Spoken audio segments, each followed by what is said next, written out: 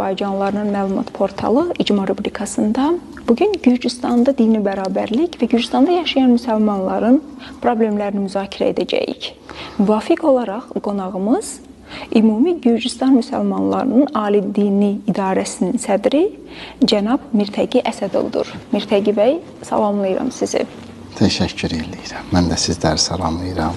Müvafiq olaraq ilk sualımız buradan başlayır. Gürcüstanda qanun səviyyəsində dini bərabərlik nə dərəcədə qorunur? Ümumiyyətlə, mövcuddurmu qanunvericilikdə hər hansı bir dini bərabərlik?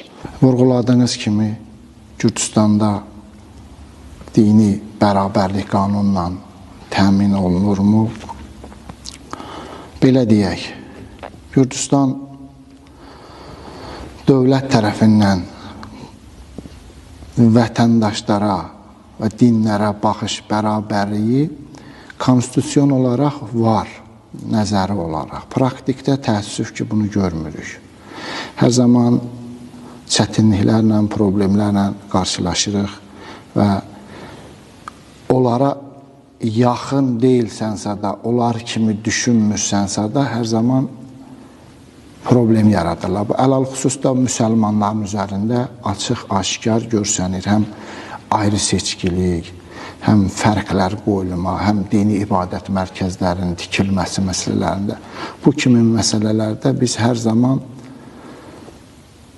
çətinliklərlə, problemlərlə qarşılaşırıq. Dövlət bürokratiyası, məmurları və qurumları hər zaman çətinliklər çıxardır və müsəlmanlara əngəllər törədirlər.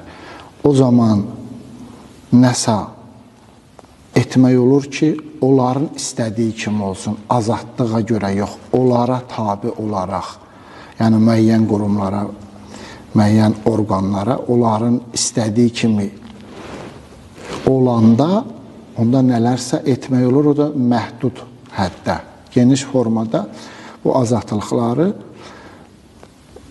imkan yaratmırlar ki, müsəlmanlar